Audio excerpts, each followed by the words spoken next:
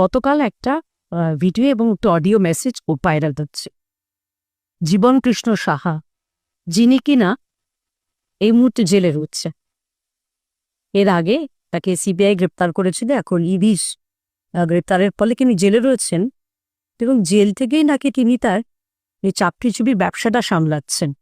যে অডিওটা আমরা পেয়েছি, একজন বলছেন যে তিনি ইতিমধ্যে 15 লক্ষ প্রায় 50,000 লক্ষ টাকা দিয়েছেন।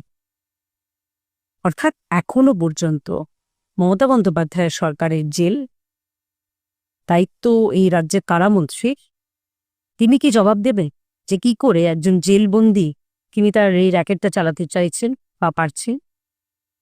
ইডিকে অনুরোধ করব যে এই গলাটা তার কিনা অবশ্যই নমুনা পুরো করা হোক, পরীক্ষা করা হোক। কিন্তু এই রাজ্যে যে 26,000 যে চাকরি প্রার্থী, তাদের যে এরকম অবস্থা, তার জন্য তো দায়ী এরাই, পুরো সরকারটাই।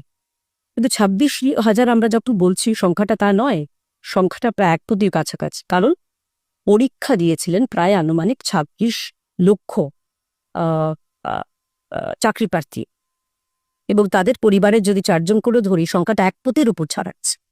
1 কোটি মানুষের সঙ্গে বিশ্বাসঘাতকতা, তাদেরকে তাদের স্বপ্নভঙ্গ, এর দায় অবশ্যই নিতে হবে রাজ্যের মুখ্যমন্ত্রীকে, যে শিক্ষামন্ত্রীকে। প্রাক্তন শিক্ষামন্ত্রী বাইরে আসছেন, চিন্তা করতে পারছেন? তার জন্য এরকম লোক আসছে, তার গাড়ির সঙ্গে শুয়ে পড়ছে। সে একটা চাকরি চুরির দায় অভিযোগ।